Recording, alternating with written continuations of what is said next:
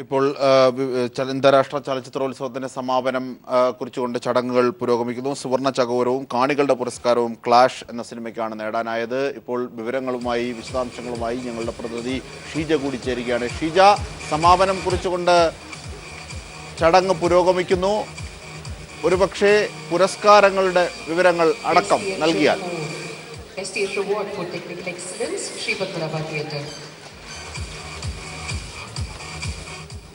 പ്രത്യേകിച്ചും ഇരുപത്തിയൊന്നാമത് രാജ്യാന്തര ചലച്ചിത്രമേളയിൽ ചരിത്രം കുറിച്ചുകൊണ്ട് 5 പ്രദർശനങ്ങൾ നടത്തിയ ക്ലാഷ് എന്ന സിനിമ തന്നെയാണ് സുവർണ ചകോരം നേടിയിരിക്കുന്നത്. ഈജിപ്ഷ്യൻ ചിത്രമായ ക്ലാഷിന് സുവർണ ചകോരം, അതോടൊപ്പം തന്നെ ക്ലാഷ് തന്നെയാണ് മികച്ച പ്രേക്ഷക ചിത്രമായും തെരഞ്ഞെടുത്തിരിക്കുന്നത്. ഏതായാലും രജത ചകോരം, മികച്ച സംവിധായകനുള്ള രജത ചകോരം ക്ലെയർ ഒബ്സ്ക്യൂറിന്റെ SM ലെസ്റ്റാഗൂനാണ് മികച്ച സംവിധായകനുള്ള രജത ചകോര പുരസ്കാരം ലഭിച്ചിരിക്കുന്നത്. മികച്ച നവാഗത സംവിധായകനുള്ള രജത ചകോര പുരസ്കാരം നേടിയത് മാൻഹോളിന്റെ സംവിധായിക വിധു വിൻസെന്റ് ആണ്. വിധു വിൻസെന്റ് പ്രത്യേകിച്ചും ചരിത്രം സൃഷ്ടിച്ചുകൊണ്ട് തന്നെയായിരുന്നു ഇത്തവണ മത്സര വിഭാഗത്തിൽ രാജ്യാന്തര ചലച്ചിത്രമേളയുടെ ചരിത്രത്തിൽ തന്നെ ആദ്യമായി ഒരു സംവിധായികയുടെ ചിത്രം മലയാളത്തിൽ നിന്നും എത്തുന്നു. അതോടൊപ്പം തന്നെ അത് മികച്ച നവാഗത സംവിധായികയ്ക്കുള്ള പുരസ്കാരവും നേടുന്നു. മറ്റൊന്ന് സിപ്രസ്കി പുരസ്കാരങ്ങളാണ്. സിപ്രസ്കി പുരസ്കാരങ്ങളിൽ പുരസ്കാരം നേടിയിട്ടുള്ള സിനിമ വെയർഹൌസ് ആണ്. സ്പാനിഷ് ചിത്രം വെയർഹൌസ് മികച്ച ചിത്രമായപ്പോൾ മികച്ച മലയാളം സിനിമ വീണ്ടും തെരഞ്ഞെടുക്കപ്പെട്ടത് വിധു വിൻസെന്റിന്റെ മാൻഹോൾ തന്നെയാണ്. മറ്റൊന്ന് നെറ്റ്പാക് പുരസ്കാരമാണ്. നെറ്റ്പാക് പുരസ്കാരത്തിൽ മികച്ച ഏഷ്യൻ സിനിമയായി തെരഞ്ഞെടുക്കപ്പെട്ടത് മുസ്തഫ കാരയുടെ കോൾഡ് ഓഫ് കലണ്ടർ ആണ്. അത് തുർക്കിഷ് ചിത്രമാണ് കോൾഡ് ഓഫ് കലണ്ടർ. അതോടൊപ്പം തന്നെ മികച്ച മലയാള ചിത്രമായി തെരഞ്ഞെടുത്തത് രാജീവ് രവിയുടെ കമ്മട്ടിപ്പാടമാണ്.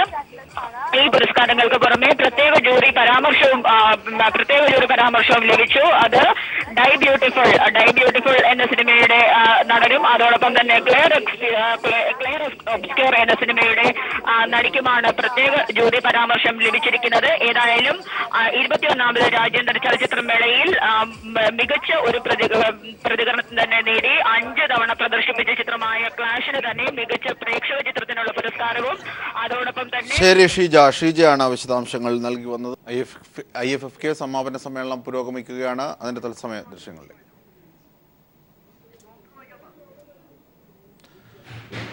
പോകുന്നതിന് മുമ്പ് IFFKയിൽ പുരസ്കാരങ്ങൾ വാരിക്കൂട്ടി ഈജിപ്ഷ്യൻ സിനിമ ക്ലാഷും മലയാള ചിത്രം മാൻഹോളും. മികച്ച ചിത്രത്തിനുള്ള സുവർണ ചകോരം ഈജിപ്ഷ്യൻ രാഷ്ട്രീയ ചിത്രമായ ക്ലാഷ് നേടി. മികച്ച നവാഗത സംവിധായകനുള്ള രജത ചകോരത്തിന് വിധു വിൻസെന്റ് അർഹയായി.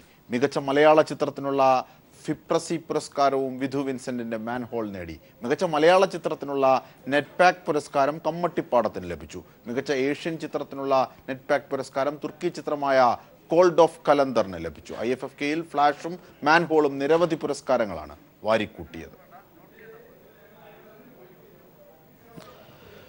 മറ്റു വാർത്തകളിലേക്ക്. നോട്ട് അസാധുവാക്കൽ നടപടിയിൽ ഭരണഘടനാ ലംഘനം സംഭവിച്ചോ എന്ന് പരിശോധിക്കുമെന്ന് സുപ്രീം കോടതി. വിഷയം 5-അംഗ ഭരണഘടനാ ബെഞ്ചിന് കൈമാറി. പൊതുമേഖലാ ബാങ്കുകൾക്ക് സമാനമായി സഹകരണ ബാങ്കുകളിലും പണം ഉറപ്പുവരുത്തണമെന്ന് സുപ്രീം കോടതി ഉത്തരവിട്ടു.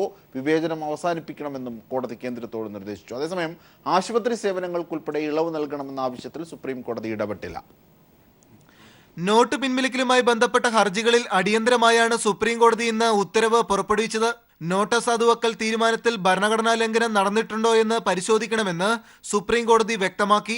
അതിനാൽ 5-അംഗ വിപുലമായ ബെഞ്ച് കേസ് പരിഗണിക്കുമെന്നും ചീഫ് ജസ്റ്റിസ് TS ഠാക്കൂറിന്റെ ബെഞ്ച് അറിയിച്ചു. ഈ ഒരു സാഹചര്യത്തിൽ നോട്ട് അസാധുവാക്കലുമായി ബന്ധപ്പെട്ട് വിവിധ ഹൈക്കോടതികളിലുള്ള മുഴുവൻ ഹർജികളും സുപ്രീം കോടതി സ്റ്റേ ചെയ്തു. അതേസമയം സഹകരണ ബാങ്കുകളുടെ വിഷയത്തിൽ അടിയന്തരമായി ഒരു ഉത്തരവ് പുറപ്പെടുവിക്കാൻ സുപ്രീം കോടതി തയ്യാറായില്ല. എന്നാൽ പൊതുമേഖലാ ബാങ്കുകൾക്ക് ആനുപാതികമായി സഹകരണ ബാങ്കുകളിലും റിസർവ് ബാങ്ക് പണം നൽകണമെന്ന് സുപ്രീം കോടതി നിർദ്ദേശിച്ചു. കേന്ദ്ര സർക്കാർ സഹകരണ ബാങ്കുകളോട് പുലർത്തുന്ന വിവേചനം അവസാനിപ്പിക്കണമെന്നും ഉത്തരവിലൂടെ സുപ്രീം കോടതി വ്യക്തമാക്കി. നേരത്തെ ഭരണഘടനാ ലംഘനം പരിശോധിക്കണമെന്നാവശ്യപ്പെട്ടുള്ള ഹർജിയിൽ തങ്ങളുടെ നിലപാടറിയാതെ ഉത്തരവ് പുറപ്പെടുവിക്കരുതെന്ന് കേന്ദ്ര സർക്കാർ അറിയിച്ചിരുന്നു. ഭരണഘടനാ ബെഞ്ചിൽ വിട്ടു കഴിഞ്ഞാൽ ഇതിൻ്റെ നിയമസാധ്യത വിലയിരുത്തും. അത് നിയമപരമല്ലെങ്കിൽ ഈ എടുത്ത തീരുമാനം സെറ്റിസൈഡ് ചെയ്യും. ആശുപത്രികൾ പോലെ അടിയന്തര സേവനം ആവശ്യമുള്ള സ്ഥലങ്ങളിൽ പഴയ നോട്ട് ഉപയോഗിക്കാനുള്ള സൗകര്യം ഈ മാസം 15-ന് അവസാനിച്ചിരുന്നു.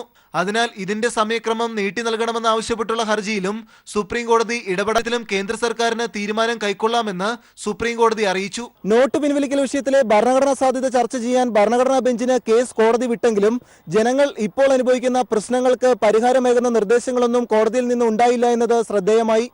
Manushankar, news bureau, Dilli. പെരുമ്പാവൂരിലെ പാണിയേലിപ്പൊരിയിൽ കുളിക്കാനിറങ്ങിയ 4 പേർ മുങ്ങി മരിച്ചു. റിസോർട്ട് ഉടമ ബെന്നി അടക്കം 4 പേരാണ് മരിച്ചത്. മറ്റ് 3 പേർ ദില്ലി സ്വദേശികളാണ്. വിവരങ്ങളുമായി ഇപ്പോൾ അലക്സ് ചേരുന്നു. അലക്സ്, എങ്ങനെയായിരുന്നു സംഭവം? അജിംഷാദ്, നമുക്ക് അറിയാൻ കഴിയുന്നത് ഈ പാണിയേലിപ്പോര് റിസോർട്ട് നടത്തുന്ന ബെന്നിയുടെ മകളുടെ കൂട്ടുകാരാണ് ബെന്നിയോടൊപ്പം അപകടത്തിൽപ്പെട്ട മറ്റു 3 പേർ എന്നുള്ള വിവരമാണ് നമുക്ക് ലഭിക്കുന്നത്. വൈകുന്നേരം 4 മണിയോടെയാണ് ഇവർ പാണിയേലിപ്പോര് വെള്ളച്ചാട്ടത്തിൽ കുളിക്കാൻ ഇറങ്ങുന്നത്. ഞാൻ നേരത്തെ പറഞ്ഞതുപോലെ 11 പേരാണ് ടൂറിനായി എത്തിയത്. ഇതിൽ 2 പേർ ഡൽഹി സ്വദേശികളാണ്. നമുക്ക് ലഭ്യമാകുന്ന പേരുകൾ ഇങ്ങനെയാണ്. അതായത് ഡൽഹി സ്വദേശികളായ ആദിത്യൻ, അനുഭവ്, അതുപോലെ വയനാട് സ്വദേശി കെന്നത്ത് എന്നിവരാണ് മരിച്ചതെന്നുള്ള വിവരങ്ങൾ ലഭിക്കുന്നത്. ബെന്നിയോടൊപ്പം ഇവർ കുളിക്കാനിറങ്ങുകയും സ്വാഭാവികമായി അപകടത്തിൽ, അതായത് ഏറ്റവും ഭയങ്കരമായ അപകടമുള്ള ഒരു പ്രദേശമാണത്. അവിടെയുള്ള നാട്ടുകാർ തന്നെ പറയുന്നത് ഒരുപാട് മരണങ്ങൾ മുൻപ് നടന്ന പ്രദേശമാണത്. പാറയിടുക്കുകളും അതുപോലെ അടിയൊഴുക്കുമുള്ള പ്രദേശമാണ്. അതുകൊണ്ട് തന്നെ മുങ്ങൽ വിദഗ്ധർക്ക് പോലും അതിനുള്ളിൽ പെട്ട് കഴിഞ്ഞാൽ രക്ഷപ്പെടാൻ പറ്റില്ല. അങ്ങനെ ഒരു പ്രദേശമാണ്. അവിടെ ഇവർ കുളിക്കാൻ ഇറങ്ങുകയും അപകടത്തിൽപ്പെടുകയും അപകടത്തിൽ നിന്ന് ഇവരെ രക്ഷിക്കാൻ ഇറങ്ങിയതായിരിക്കും ബെന്നി എന്നാണ് നാട്ടുകാർ പറയുന്നത്. ബെന്നിക്ക് ആ സ്ഥലത്തെ പറ്റി കൃത്യമായി വിവരമുള്ളതാണ്. പക്ഷേ റിസോർട്ടിലെ ബെന്നി മകളുടെ സുഹൃത്തുക്കളെ രക്ഷിക്കാൻ ഇറങ്ങുന്നതിനിടയിൽ ബെന്നിക്കും അപകടം പറ്റി എന്നാണ് നമുക്ക് ലഭ്യമാകുന്ന വിവരം. 4 പേരും മരിച്ചുവിട്ട മൃതദേഹം കണ്ടെത്തിയിട്ടുണ്ട്. 3 പേരുടെ മൃതദേഹങ്ങൾ പെരുമ്പാവൂരിലെ താലൂക്ക് ആശുപത്രിയിലേക്കും ഒരാളുടെ മൃതദേഹം മറ്റ് സ്വകാര്യ ആശുപത്രിയിലേക്കും മാറ്റിയിട്ടുണ്ട്. ഇന്ന് വൈകുന്നേരം 4 മണിയോടെയാണ് ഇവർ കുളിക്കാനായി അവിടെ അപകടം പറ്റുന്നതും. 5 മണിയോടെ തന്നെ ഇതിന്റെ വാർത്ത പുറത്തെത്തിയിരുന്നു. 5:30-യോടെ 2 പേരുടെ മൃതദേഹവും ഏതാണ്ട് 6 മണിയോടുകൂടെ 4 പേരുടെ മൃതദേഹവും മുങ്ങൽ വിദഗ്ധരും മറ്റു വനം വകുപ്പ് അതുപോലെ പോലീസ്, നാട്ടുകാരടക്കം എല്ലാവരും ചേർന്നുള്ള തെരച്ചിൽ കണ്ടെത്തുകയായിരുന്നു. ഞാൻ നേരത്തെ സൂചിപ്പിച്ചിരുന്നു ഏതാണ്ട് 94 പേർ ഈ പ്രദേശത്ത് മരിച്ചതാണ്. അതുകൊണ്ട് തന്നെ 2 വർഷം മുമ്പ് മുതൽ ഈ പ്രദേശത്തെ, ഈ പാണിയേലിപ്പോര് പ്രദേശത്തെ സുരക്ഷ കർശനമാക്കിയിരുന്നു. വനം വകുപ്പിന്റെ പ്രാഥമിക അന്വേഷണത്തിൽ ലഭിക്കുന്നത് അവരുടെ നിരീക്ഷണത്തിലുള്ള സ്ഥലത്തിൽ നിന്ന് അപ്പുറമാണ് ഈ അപകടം പറ്റിയിരിക്കുന്നതെന്നുള്ള വിവരമാണ് ലഭിക്കുന്നത്. 4 പേർ ഈ പെരിയാർ നദിയിലുള്ള പാണിയേലിപ്പോർ വെള്ളച്ചാട്ടത്തിൽ മുങ്ങി മരിച്ചിരിക്കുന്നു. അജിത്, വാർത്തകളിലേക്ക്. ഭിന്നശേഷി അവകാശ ബിൽ പാസ്സായതിന്റെ സന്തോഷം പങ്കിടാൻ ഭിന്നശേഷിക്കാർ ദില്ലിയിലെ CPIM ആസ്ഥാനമായ AKG ഭവനിലെത്തി. ഭിന്നശേഷി അവകാശ ബിൽ പാർലമെന്റിൽ പാസ്സാകുന്നതിനായി CPIM നടത്തിയ നിർണായക ഇടപെടലുകളാണ് ഭിന്നശേഷിക്കാരായ 50ഓളം പേരെ AKG ഭവനിലെത്തി പാർട്ടി ജനറൽ സെക്രട്ടറി സീതാറാം യെച്ചൂരിയെ കണ്ട് നന്ദി അറിയിക്കാൻ പ്രേരിപ്പിച്ചത്. ഭിന്നശേഷിക്കാരുടെ അവകാശത്തിനായി പാർലമെന്റിനകത്തും പുറത്തും നിരന്തരം ശബ്ദമുയർത്തിയ ഒരേയൊരു രാഷ്ട്രീയ കക്ഷിയാണ് CPIM. ഭിന്നശേഷി അവകാശ ബിൽ പാസ്സാകുമ്പോൾ അതിനുള്ള നന്ദി രേഖപ്പെടുത്താനാണ് ഇവർ AKG ഭവനിൽ എത്തിയിരിക്കുന്നത്. മനസ്സും കണ്ണും നിറഞ്ഞാണ് അവർ ദില്ലിയിലെ CPIM ആസ്ഥാനത്തെത്തിയത്. 2014 CPIM ഉൾപ്പെടെ ഇടത് പാർട്ടികളുടെ സമ്മർദ്ദത്തെ തുടർന്ന് ഭിന്നശേഷി അവകാശ ബിൽ രാജ്യസഭ പാസാക്കിയിരുന്നെങ്കിലും സ്റ്റാൻഡിംഗ് കമ്മിറ്റിയുടെ റിപ്പോർട്ട് ലഭിച്ചിട്ടും ബിൽ പരിഗണിക്കാൻ ഇപ്പോഴത്തെ NDA സർക്കാർ തയ്യാറായിരുന്നില്ല. ഇതിനെ തുടർന്ന് CPIMന്റെ നേതൃത്വത്തിൽ ദേശീയ ഭിന്നശേഷി അവകാശ സംരക്ഷണ വേദി പ്രക്ഷോഭത്തിനിറങ്ങി. ഒടുവിൽ ബിൽ രാജ്യസഭയുടെ പരിഗണനയിലെത്തിയപ്പോഴും സുപ്രധാന ഭേദഗതികൾ നിർദ്ദേശിച്ചത് CPIM MPമാരായ Sitaram Yechury, CP Narayanan, KK Ragesh എന്നിവർ. We are very grateful that to CPM and particularly Sitaramji for giving their support.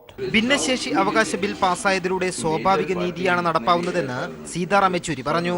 Well, this was a big long battle, a long struggle. It went on for many years.